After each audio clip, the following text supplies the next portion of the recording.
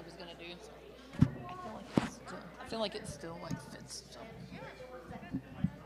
Yep. I won't cuss. Oh well, shit on it. Shit. Okay, noodle. I'm noodling everyone in now.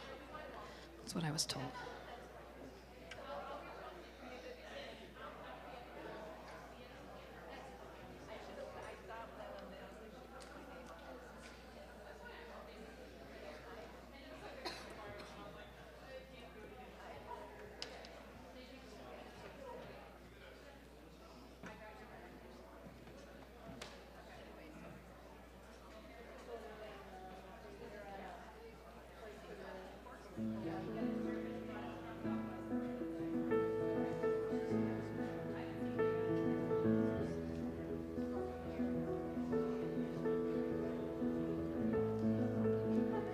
Hey, baby.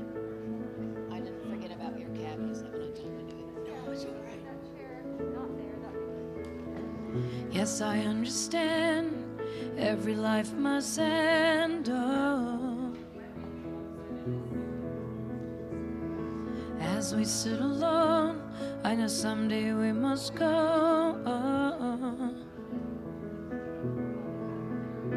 Oh, I'm a lucky man to count on both hands the ones I love. Some folks just have one, others they've got none at all. Stay with me, let's just breathe.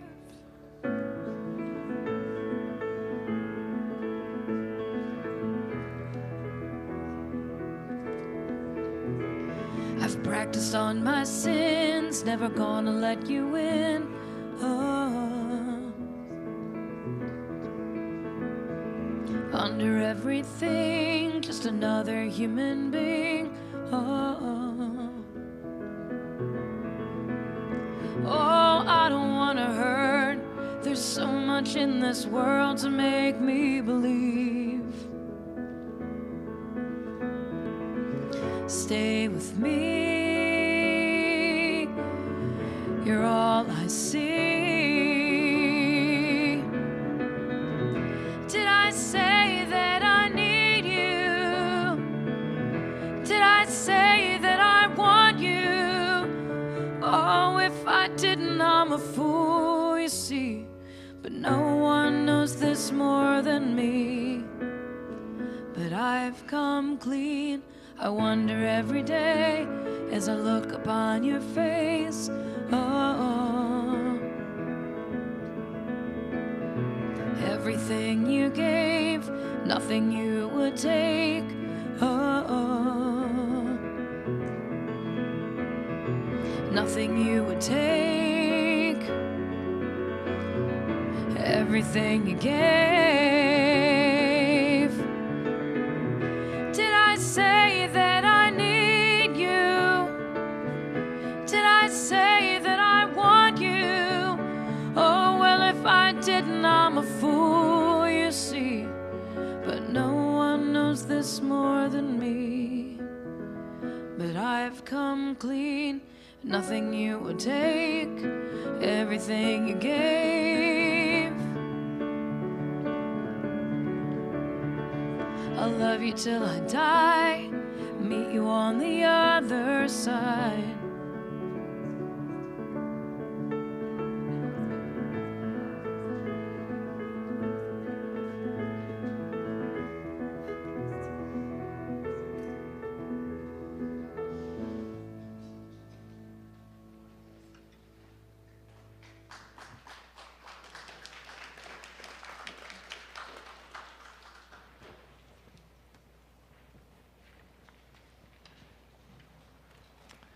Good morning. Thank you all for being here on a brisk fall morning. Isn't it beautiful? Thank you for being here. Something happened this week. What happened this week?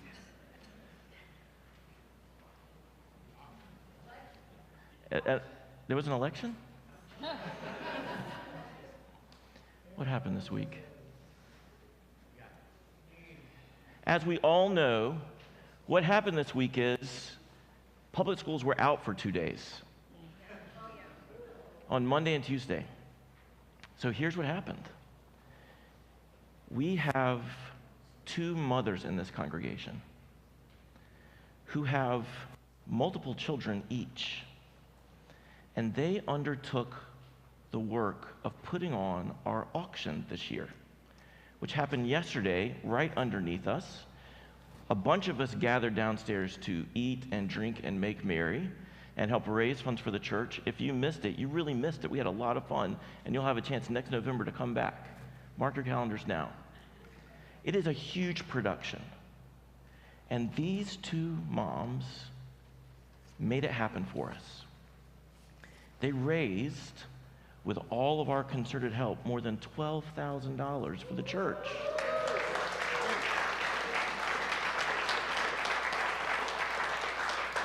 On a week when their children were out of school for 2 days. We owe Lee Jenkins and Virginia McLean and Pam Stoll and Susan Tarragano and everybody who had a hand in making the auction work a rousing round of applause. Please do it for them again. They did so much for us.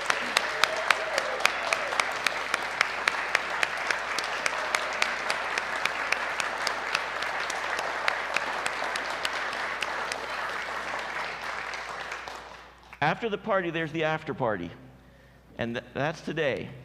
So, our goal for this auction was $15,000, and we are north of $12,000. In the fellowship hall, there are some sheets for dinners and conversations over drinks with Anne, and lots of things that you can do to contribute a little bit to help us push that number a little closer to our goal and have some fun across the year. Dinners in people's homes, homemade meals, parties, a lot of fun stuff. So after the service, I want to encourage you, go look at those sheets and just see if there's something you want to sign up for. Or you could do this. One of the sheets is take walks with me. For every mile, you can run or walk with me for $25. I know it sounds enticing. But if you and 100 of your closest friends thought, I really hate that guy, I would like to make him pay for what he does to us every Sunday, you could initiate the first UUCS ultramarathon. And each of you could buy 1 mile for a sum total of 100 miles, $2,500. We would be in a hair's breadth of crossing the finish line for our auction goal. So I call on you to bring out your most punitive selves and put your names on the list, and let's help these 2 moms who have given so much get us where we want to be. Thank y'all for being in a reckless, wild place like this today.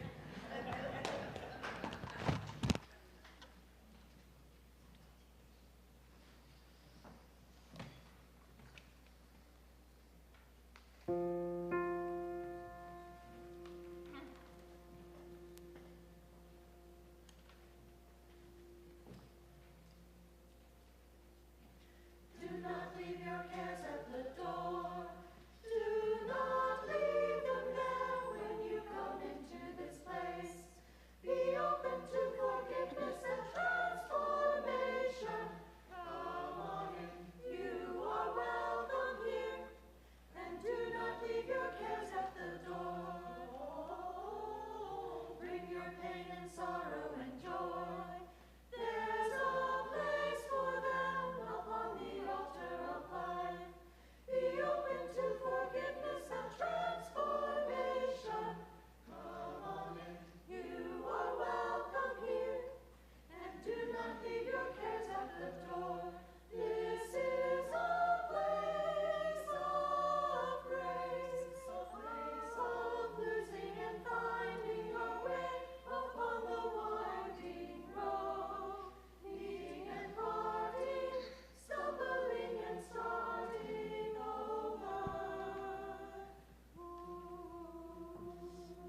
Every story is sacred here, even yours, even yours. So come on in and do not leave your cares at the door. Do not leave them there when you come into this place. Be open to forgiveness and transformation. Come in, you are welcome here. And do not leave your cares at the door. Amen. Amen.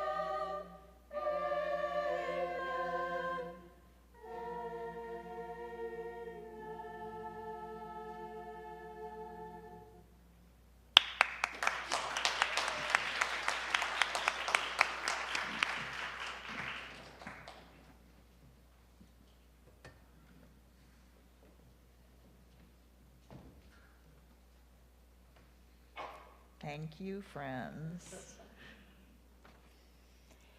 Good morning. My name is Mel Fritchie, and I am here because I am still striving to be my better self.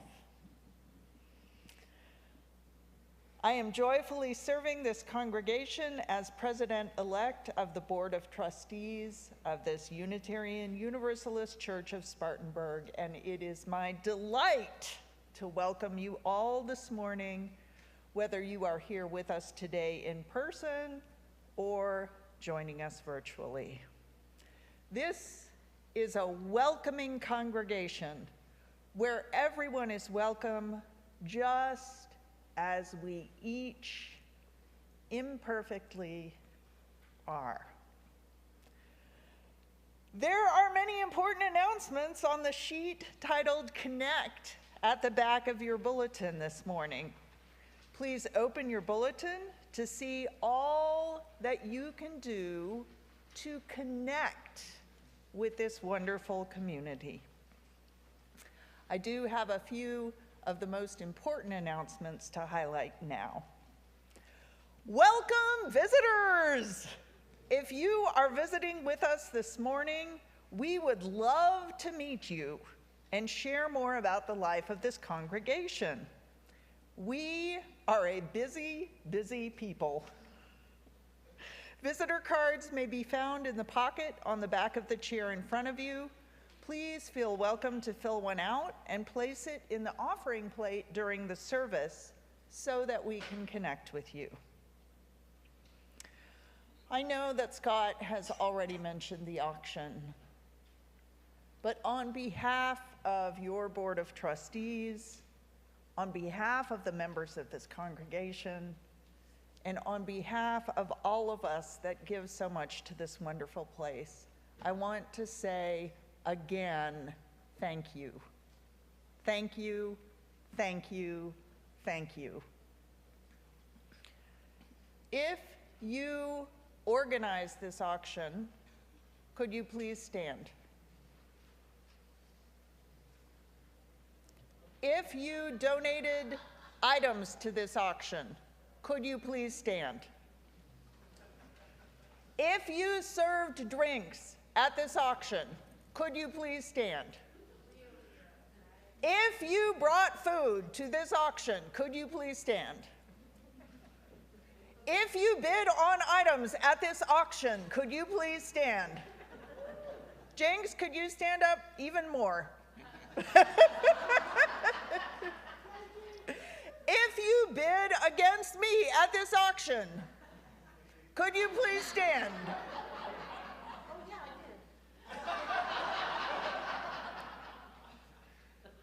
Could we please once again give a round of applause to all that went into this?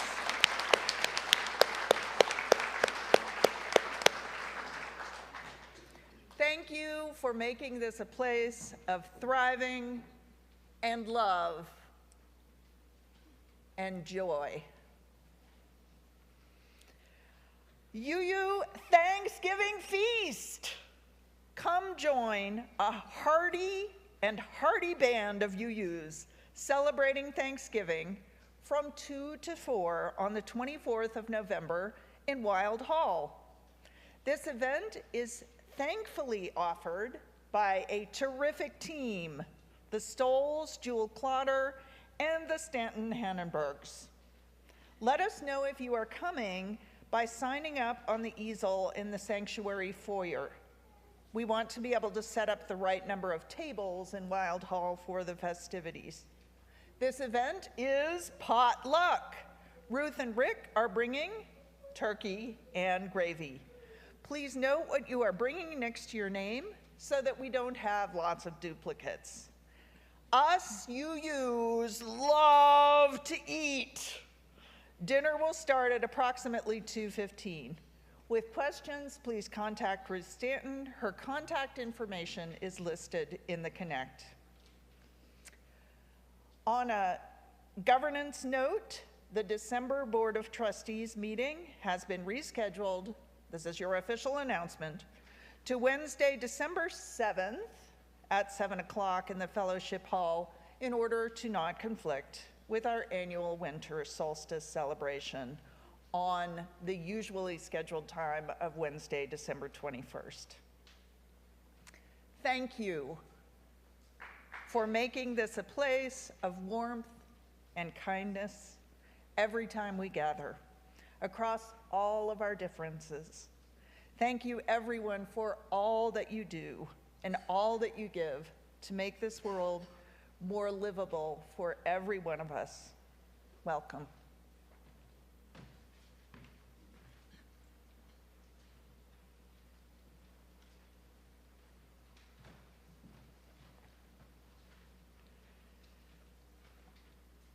Good morning. My name's Clemson Tarragano, and I'm privileged today to serve as the worship associate during our reckless celebration this morning. And as my friend Grayson lights our chalice this morning, we ask an eternal question that Bernie Kukuski brought up earlier this year. And it's a question asked sincerely seeking a way to act in the world based on a lifetime of service, experience, and love. And Bernie asks, as UUs, how are we to manage confrontation and containment with the harmful conduct of power-hungry people in our society, while at the same time respecting the dignity and worth of those persons? An eternal question. We might find some answers as we sing together hymn number 10, Immortal Love. And please rise as you're willing and able and join us in hymn number 10, Immortal Love. In this book,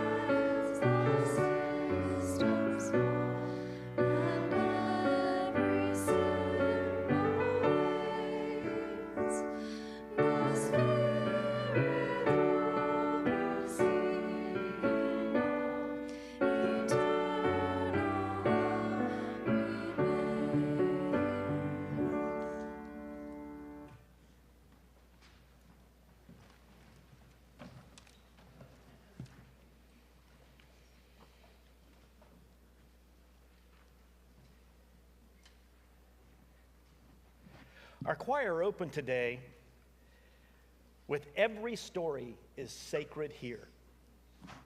And that's what the Rippling Bowl represents. Our Rippling Bowl, well, it's more than a mirror of our joys and sorrows.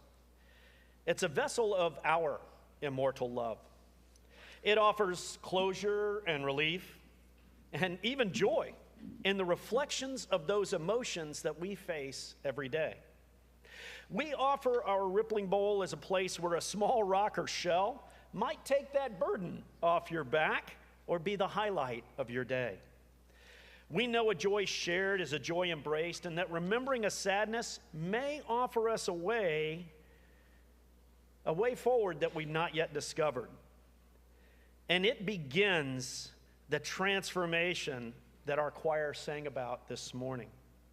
I'll place 2 shells in the Rippling Bowl for our friends who are online, and I invite you to come forward and share your closure, reflection, or quiet insight by silently sharing your joy or sorrow with us.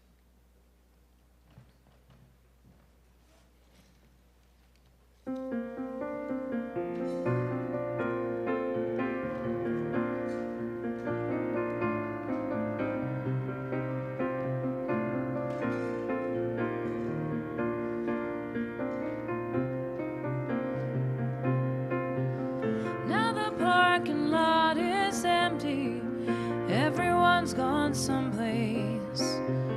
Pick you up and in the trunk I've packed a cooler and a 2-day suitcase.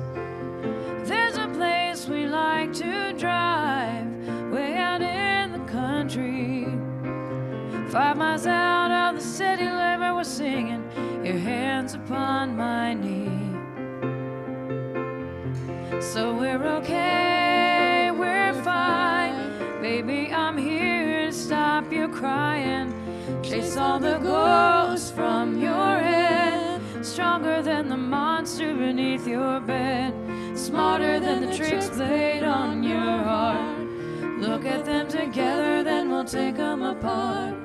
Adding up a total of love that's true. Multiply life by the power of 2.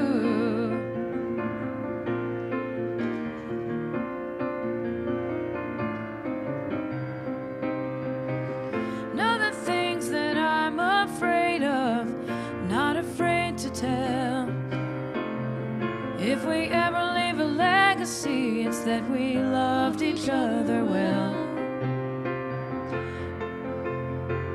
See the shadows of so many people trying on the treasures of youth, but a road that's fancy and fast ends in a fatal crash.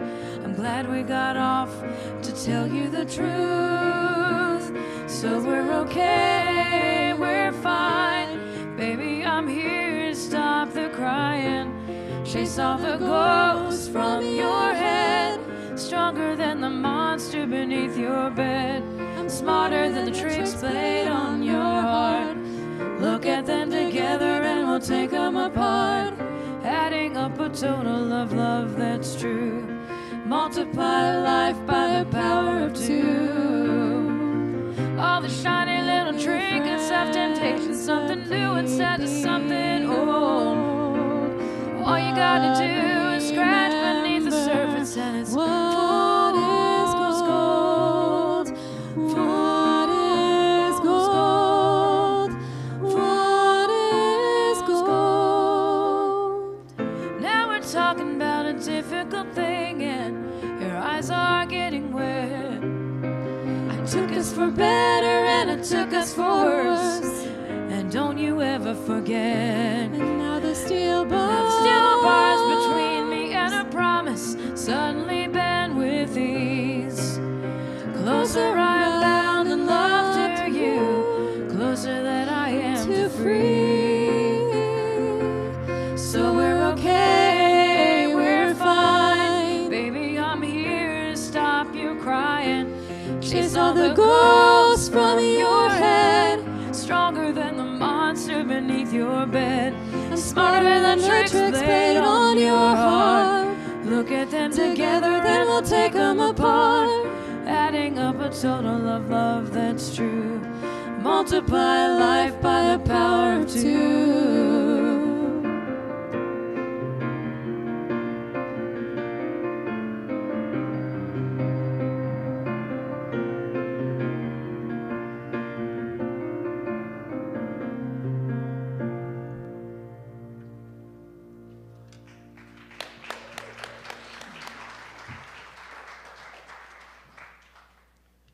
Sydney, Aaron, I've got a call here.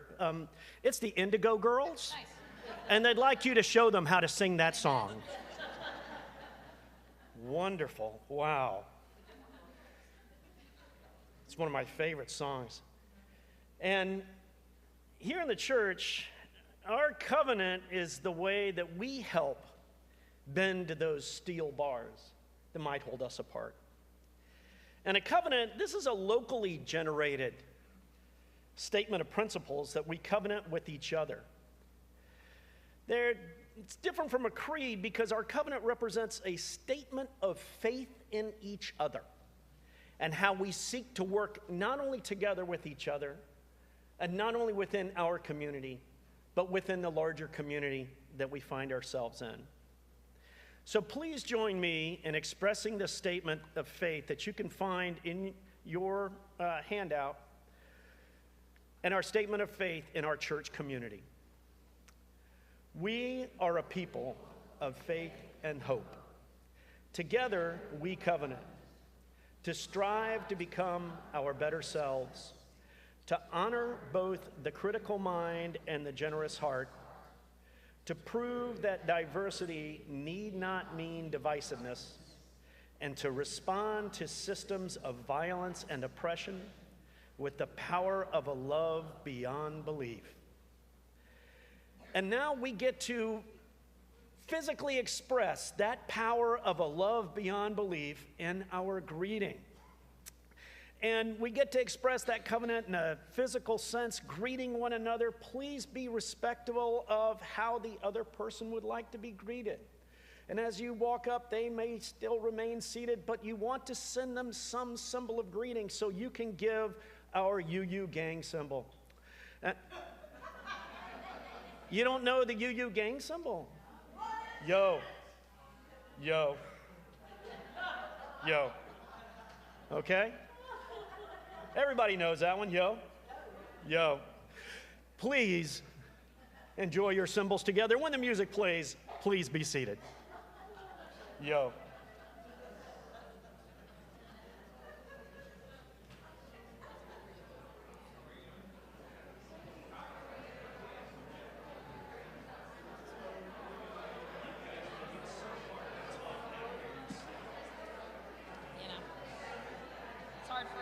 After we sing too. It's very dry here.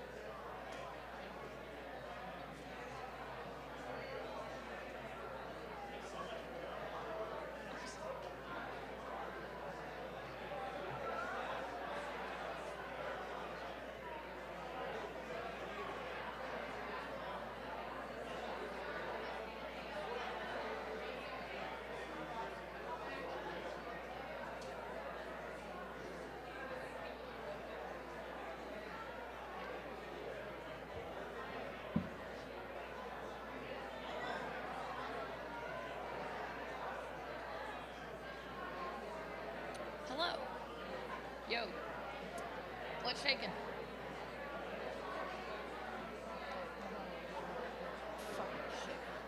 And I was like, really? Because a friend of mine has like a little petting zoo thing, and she gets rescues kind of dumped on her. And,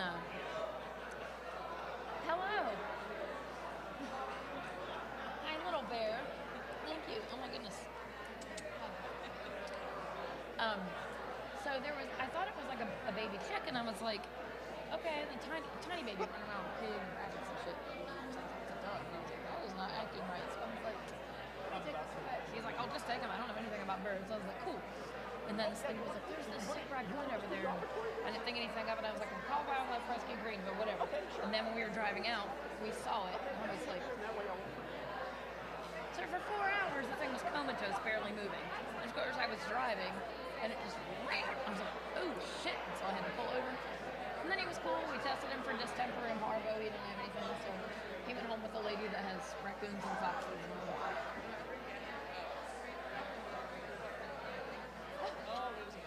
you know, they.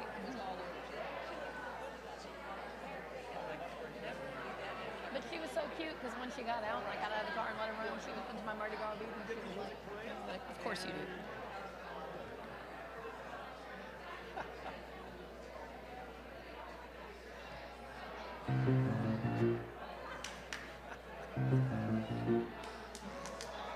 Yes. Do. Sit down. Oh, did you hear about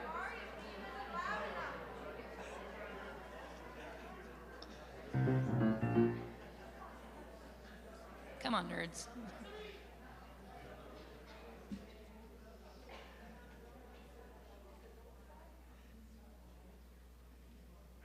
So one of the ways we all give back to our church is through our financial giving, and we want to thank everybody for your participation in the auction yesterday. And even more, a unique aspect of UUC Spartanburg is that we share our benefits with others. And we share our plate this week with the School for Midwives in Haiti, and Ruth's going to share with us some insight on the importance of their work. Hi, y'all. I had the privilege of going to Haiti, to Inch, which is in the Central Plateau, where Midwives for Haiti is headquartered. And I love the internet here because it gives me some statistics to share with you. In the 16 years that they've been in existence, they have trained 184 skilled birth attendants. And these folks have very strong midwifery training with lots and lots of experience. In that time period, those midwives and students have delivered 126,000 women and 44 women. They are either on their 10th or 11th class now. They accept about 30 students per class. This 184 doesn't sound like a lot. It is at least 25% of all the obstetric providers in the nation of Haiti. So they are making a huge difference.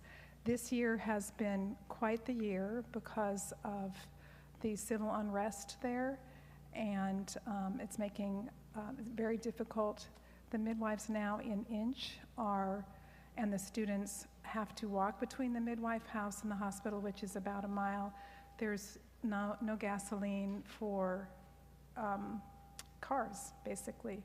They had a very outstanding roving clinic in a hot pink Jeep, till the hot pink Jeep got tired and they have a white Jeep, which isn't as fun, but it's good.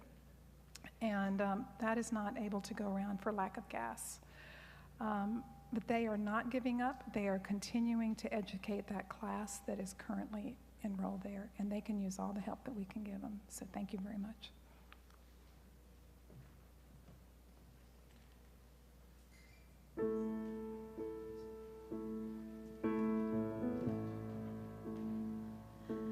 When I am down and oh, my soul so weary, when troubles come and my heart burden be, then I am still and waiting in the silence until you come and sit a while with me. You raise me up so I can stand on mountains. You raise me up to walk on stormy seas. And I am strong when I am on your shoulders. You raise me up to more than I can be.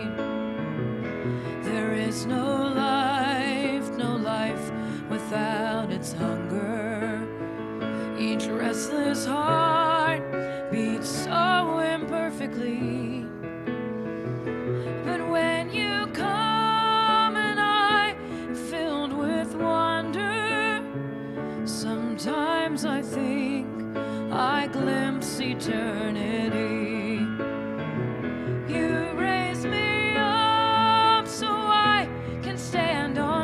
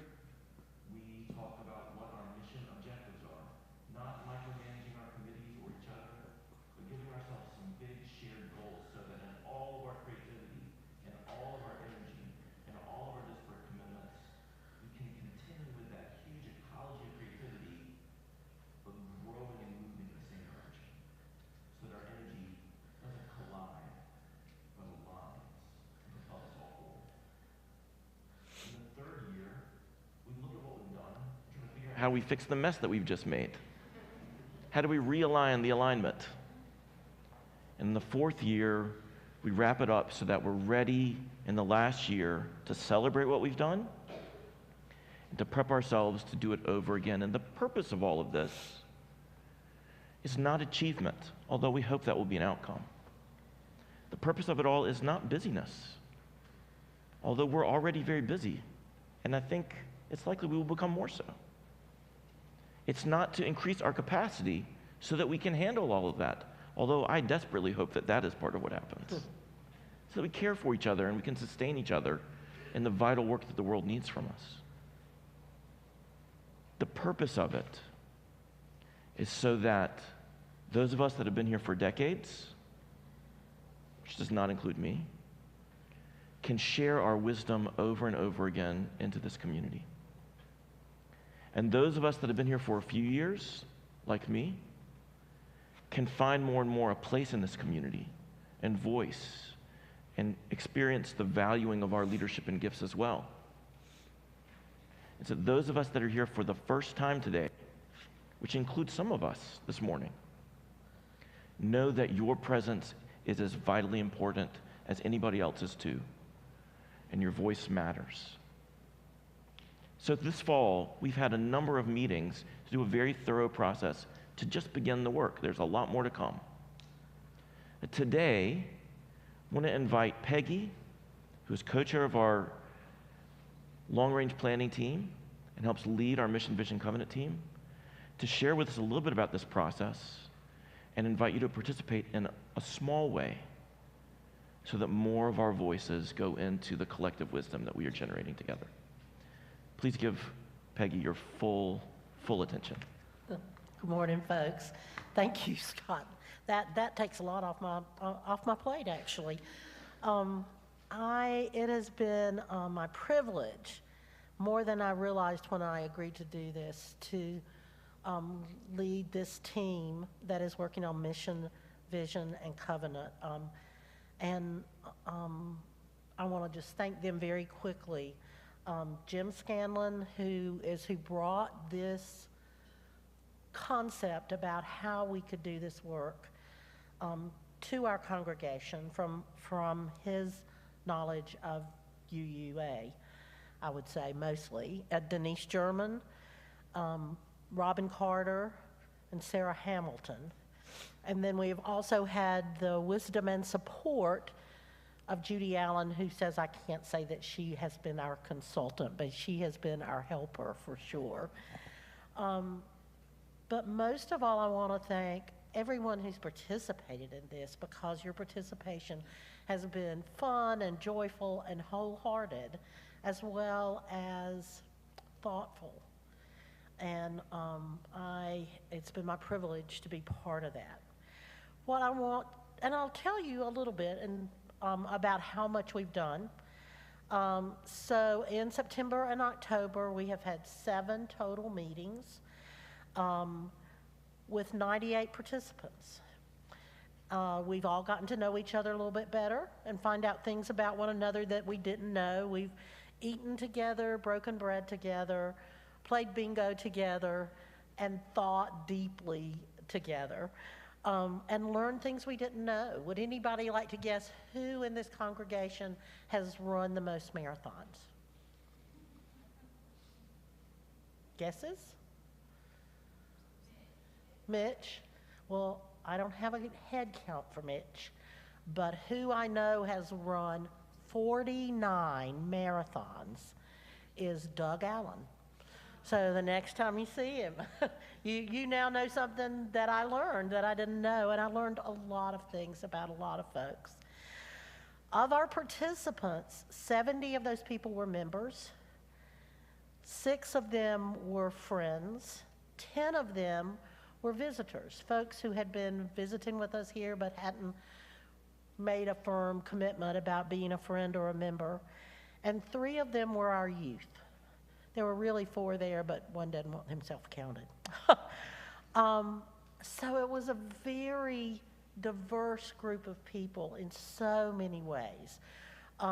It was fun, to see one of our founding members sitting and talking with someone who was only visiting and hadn't really been here before. The process that we used is a process I want to use this morning, which is that we started at the foundations. We started at the fundamental thing that holds the bottom and that holds us in place, and that is our values. Before we figure out what we want to do, we're great at doing.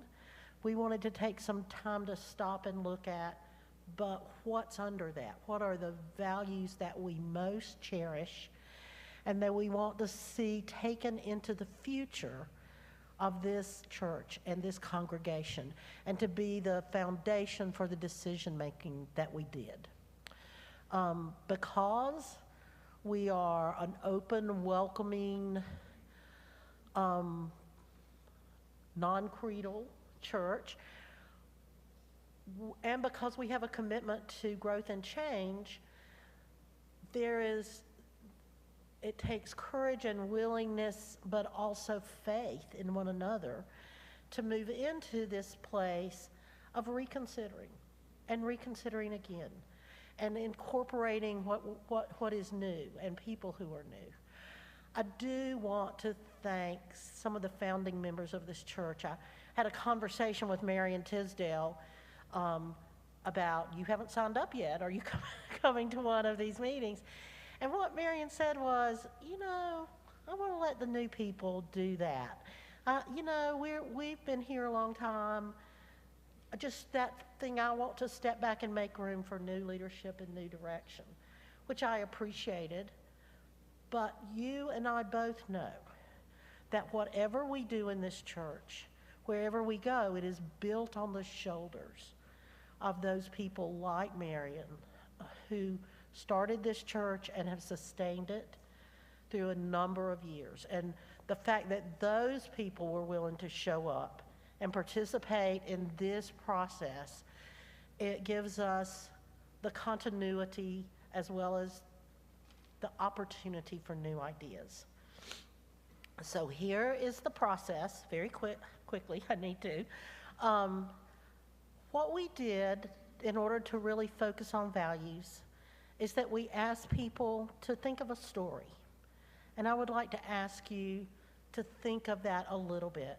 A story of a time that you had an experience of the holy, that you had an experience of awe and wonder, an experience of something that took you outside of yourself. Does not have to be anyone's definition of God. It could be a time that you felt that experience just here in this community, of feeling loved and safe. But I want you to think of a time that you had that experience. And remember the story of that experience, the one that you know. And then I would like for you to write down on your index card 3 words, just 3. This is hard, but 3 words that story evokes the values that you have for this congregation. A story that might involve wonder, or might involve community, or might involve kindness, or might involve righteous anger. But something that you experience that you would like to see us carry forward into the future of this church, into the future of this community. Those of you who participated in this know, because we've already told you, that we had an amazing amount of congruence from all 7 of the different meetings that we had. People who told stories about out-of-body experiences, really, to one of the youth who told me his story of feeling apart and welcome here had to do with Boo and the UU. But it was, both of those stories had to do with connection and with safety and with community. So I ask you to take a few minutes to do that. I want you to know that what you can expect, Scott gave you the big picture, but what you can expect from us, the MVC team, is that this is the final data collection we're doing. That doesn't mean that you can't talk to one of us or send something by email, but this is our final formal effort to do that, and we will be distilling the information that we got, and we will be sharing that with you, and we will be looking at offering you a mission statement that incorporates what you've done. Does anybody have a question about what I'm asking you to do? 3 words that represent the values you see in your experience of all wonder, holy, here in this congregation or in the world around you. Just 3 words that encapsulate the values associated with that. And we will have a bowl at the back of the church at the end of the service as you're leaving. If you'll just put it in there, we will add it to our data. You're welcome to put your name, but you don't need to. Thank you. No questions? No questions, Scott?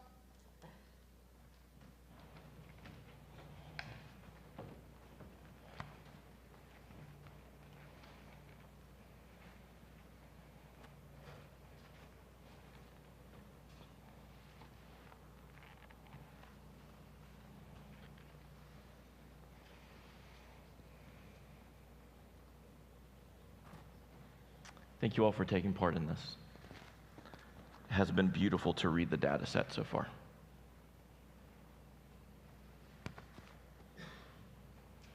You can keep right on writing while we share silence.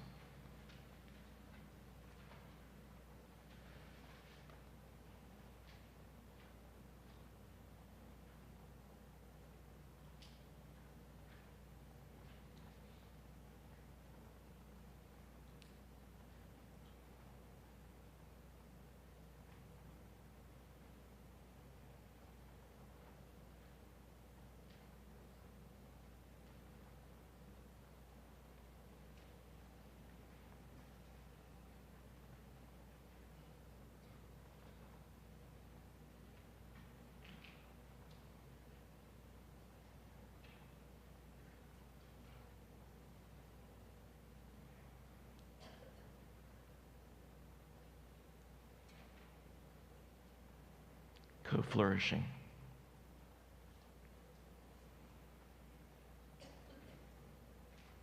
How do we confront and contain power-hungry people in our society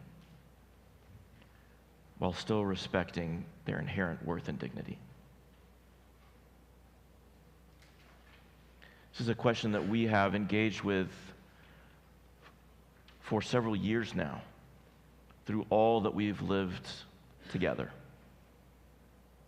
But when Bernie Kukuski posed this question, and we undertook it as our theme for this month, he asked us, and we accepted the challenge to think about this in the most direct way, the clearest terms that we can conjure. Last week we talked about just telling the truth.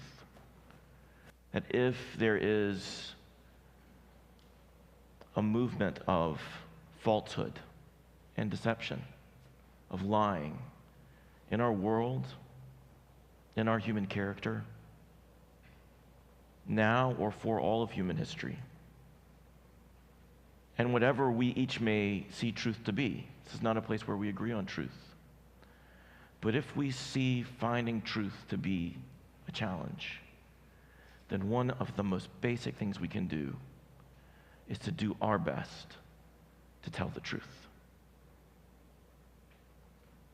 And that is hard. There's a lot of pressure to not. And so, however flawed we are, and however partial our knowledge is, how different our perspectives may be, we tell the truth.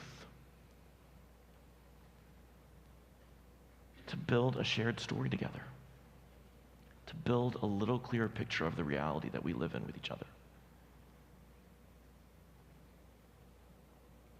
How do we confront and contain power-hungry people in our society while still respecting their inherent worth and dignity?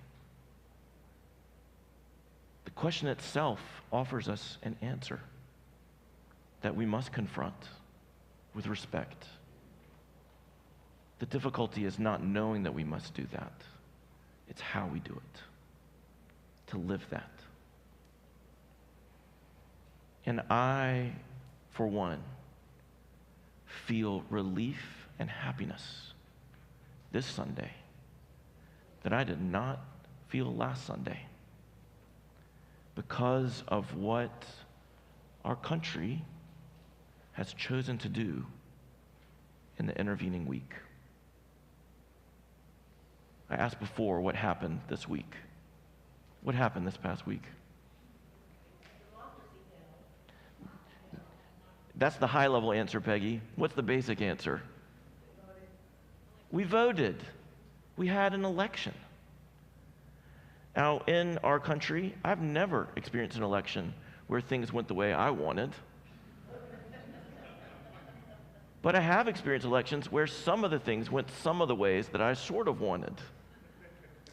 And that's the difficulty. None of us are going to get everything that we want. In fact, probably none of us are going to get much of what we want. But is there something that we want that we might achieve together in the messiness of this? And for me, anyway, our country answered Bernie's question this week in a really crucial way. Not a perfect way. Not all the ways that I would want. But what I saw and experienced in our country this week was a collective decision to be a country and to not pull one another past the straining point. For 5 years, almost every week, someone has talked to me about their fear of civil war. I hope that that is more anxiety than reality, but certainly a lot of people have talked to me about that fear. And we have heard expression about concern for vigilantes at our polling places in this election cycle. And in this week, not perfectly, but in a way that gives me some hope. That's not what we chose. And it is not what we experienced. It gives me hope to see in how many elections people voted across ballot. I've told you I'll never tell you who I vote for. I'll never tell you who to vote for. But I will tell you that every ballot I've ever cast has D's and R's on it. I never vote a straight ticket. And you can do that. You can do that.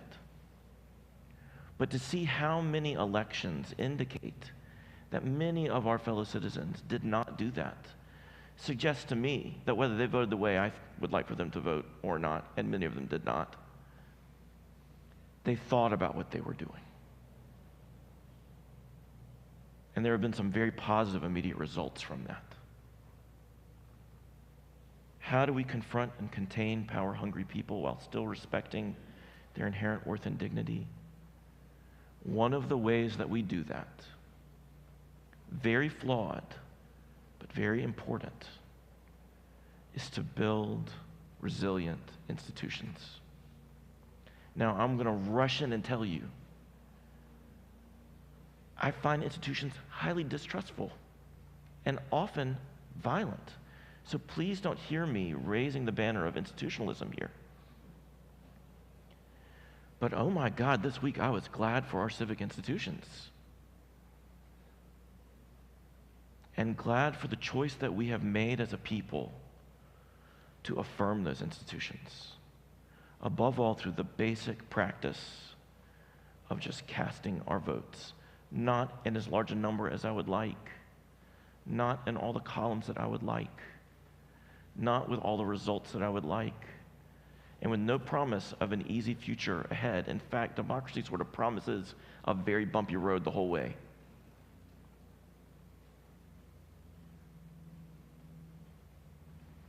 But our institutions create a context for us. They create some boundaries for us. And they allow us to hear one another, even at the extremes, in any direction.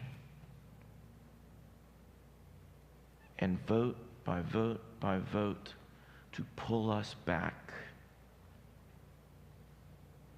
into future and possibility, as much as we disagree.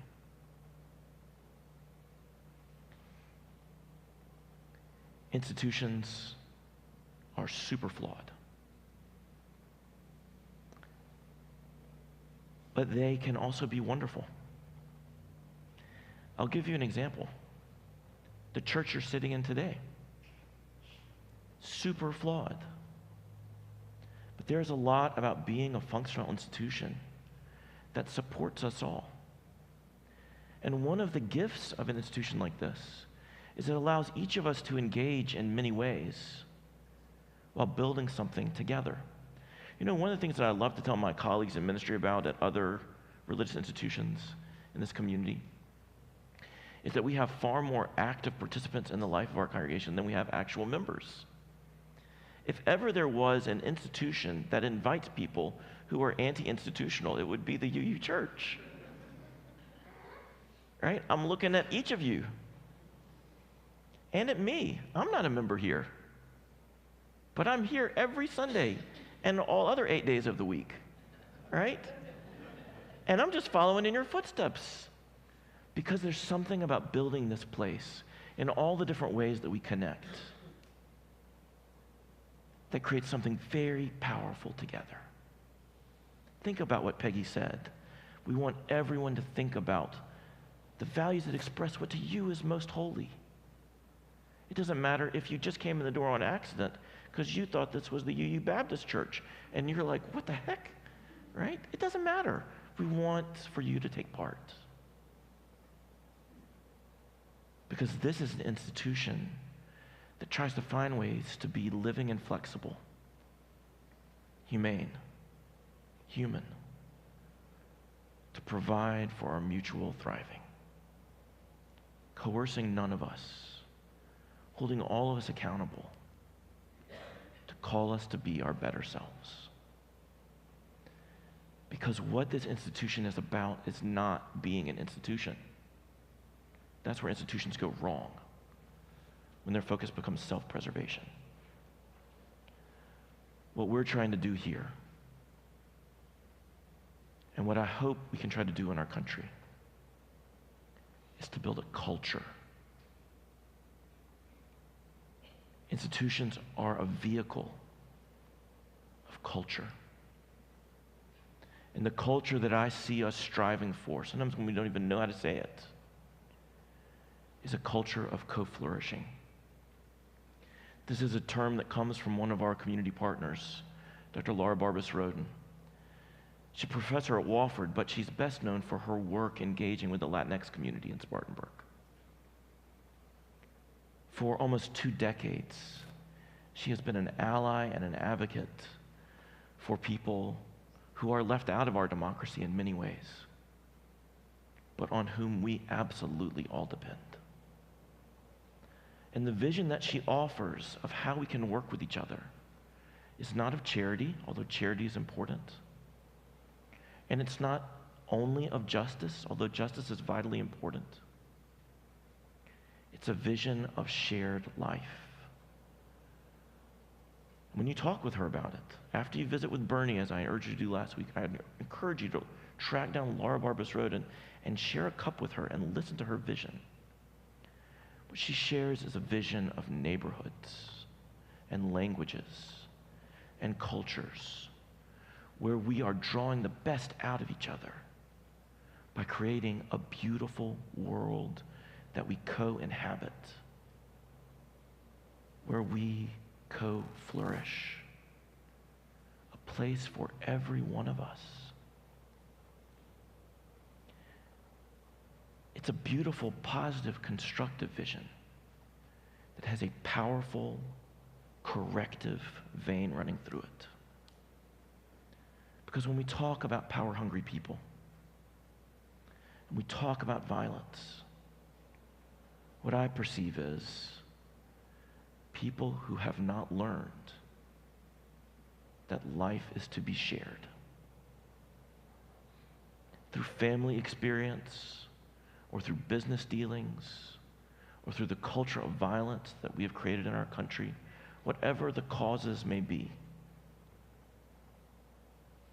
these people with whom we share life have learned that they have got to extract and take and sideline and shove and hurt to have a space for themselves.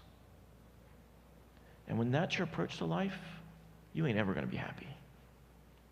That's a bottomless pit you're trying to fill. It'll take down your country and the environment with it. But when we build a culture where your life matters just as much as mine, and the joy of your life adds to the joy of mine, and there is a way for us to live together, beautiful things happen. Sounds idealistic, doesn't it? But I'm going to call bullshit on that. Because look what we did last week at Pride. Somebody in this congregation loves to color. And somebody else loves interactive art. And a whole bunch of someone's love Pride. And in the daggum pouring rain, it was pouring rain, we set up tents, and trans and gay and lesbian and bi and straight and pan people stood together out in the rain, inviting people under the dry tent to color on this. Did any one person make this? No. Is it done? No. It's beautiful and can be even more beautiful, and it is co-flourishing. Look at what we did. And you know what we did while we created this together? We said to every violent voice in our city, bullshit. We believe in a different vision, co-flourishing, where everybody can create beauty together. Because when we do this work, small as it may seem, only 8 feet by 4 feet. I don't know the square footage of the United States of America. This is only 8 feet by 4 feet of it, 32 square feet. We create the real thing when we do it, right there. Last week, we had a dialogue after the service. And we talked about something that has ripped whole states apart. What gender sign should be on our bathroom doors?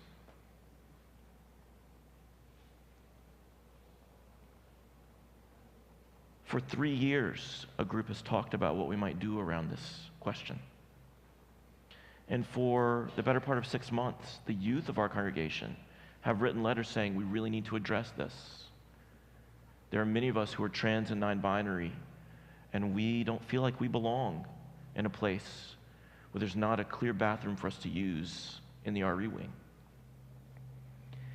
And people began to talk about this rich and beautiful and challenging question. And as we talked about it, more questions emerged. Do people feel safe in bathrooms? Would they feel safe in bathrooms that were non-gendered and shared? Real challenging questions.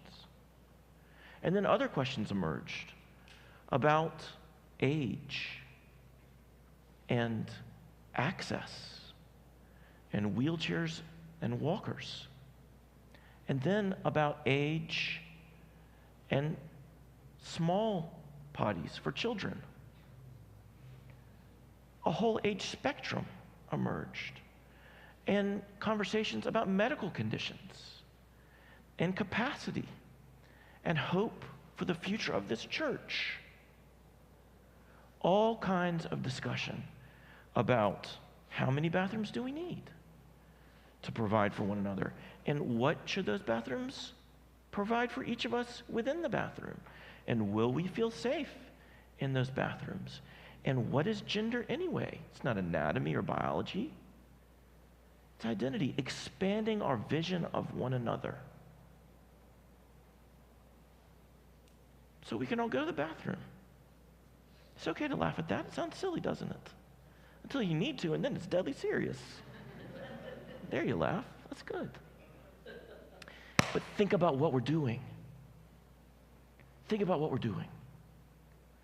We're pushing ourselves to build a vision of a world where your needs and mine can find a creative truth together, a creative possibility together. And we're slowing it down enough to really try to do it together. And in doing that, we push ourselves to think, are my ideas about gender limited so that perhaps inadvertently and without malice, I still am cutting out people that I care about because I just don't have a picture that includes them? Are my understandings of age too narrow so that I may love my child or my grandparent, but I'm not thinking about ways to fully embrace both of them?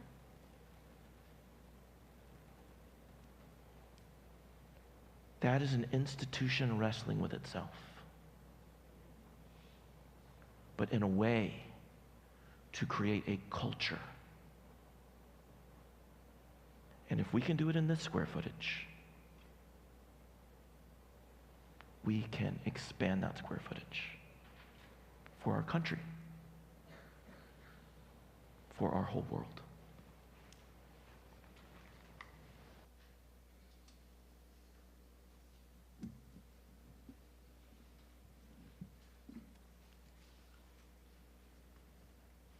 Please stand as you're willing, able, and join me on hymn number 148.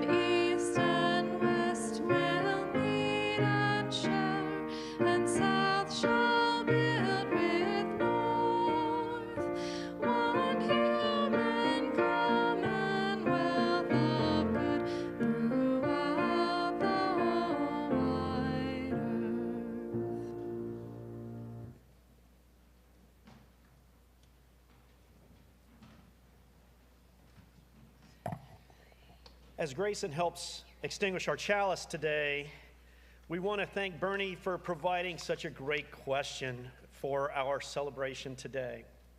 And we finish with the words of our own assistant minister, and Reverend Ann Garner, as she talks about co-flourishing. And Ann states, we are co-creating the world we know is possible. A world where everyone has enough, and no one has to be afraid. So be it.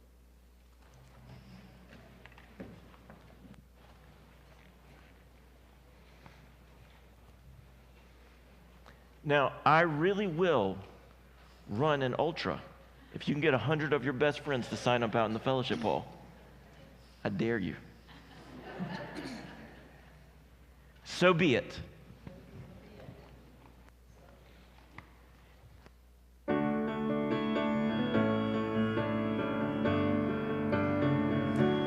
We have spent time together, and these holy moments give us strength to go down the winding road until we meet again. We have spent time together, and these holy moments give us strength to go down the winding road until we meet again.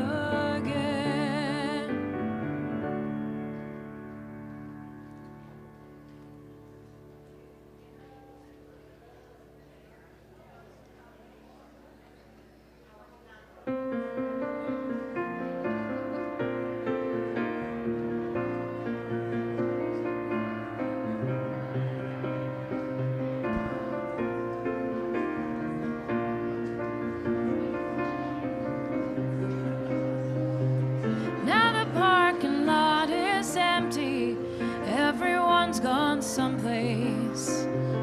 Pick you up and in the trunk I've packed a cooler and a 2-day suitcase. There's a place we like to drive, way out in the country. 5 miles out of the city limit, we're singing, your hands upon my knee. So we're okay, we're fine. Baby, I'm here to stop your crying. Chase all the ghosts from your head. Stronger than the monster beneath your bed. Smarter than the tricks played on your heart. Look at them together and we'll tear them apart. Adding up the total of love that's true. Multiply life by a power of 2.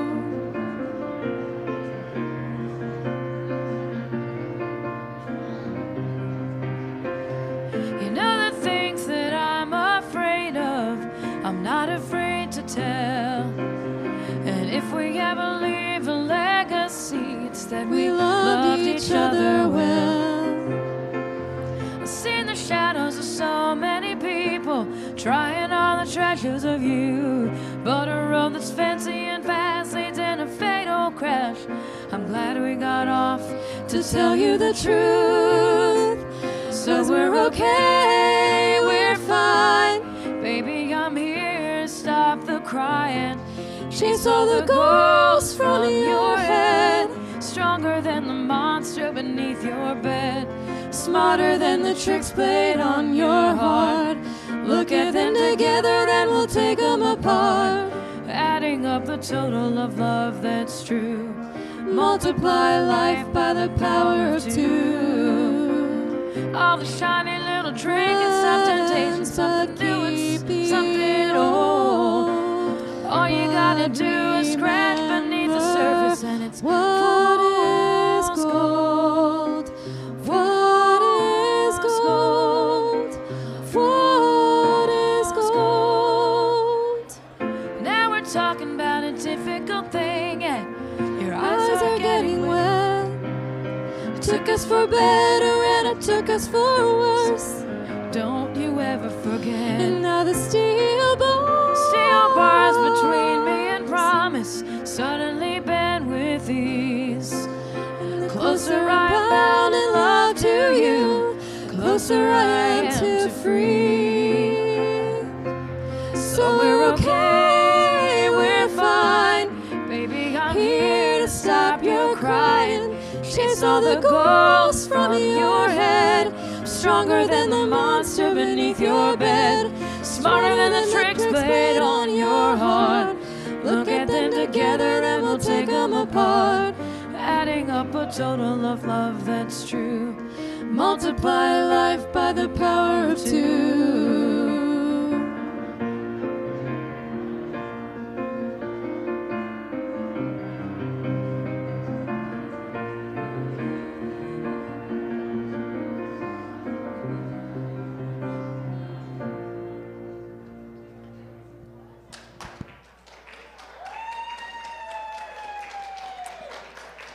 We had to do it again. Thank you for doing that. Here, do you want a sticker? Do you want a skillet sticker?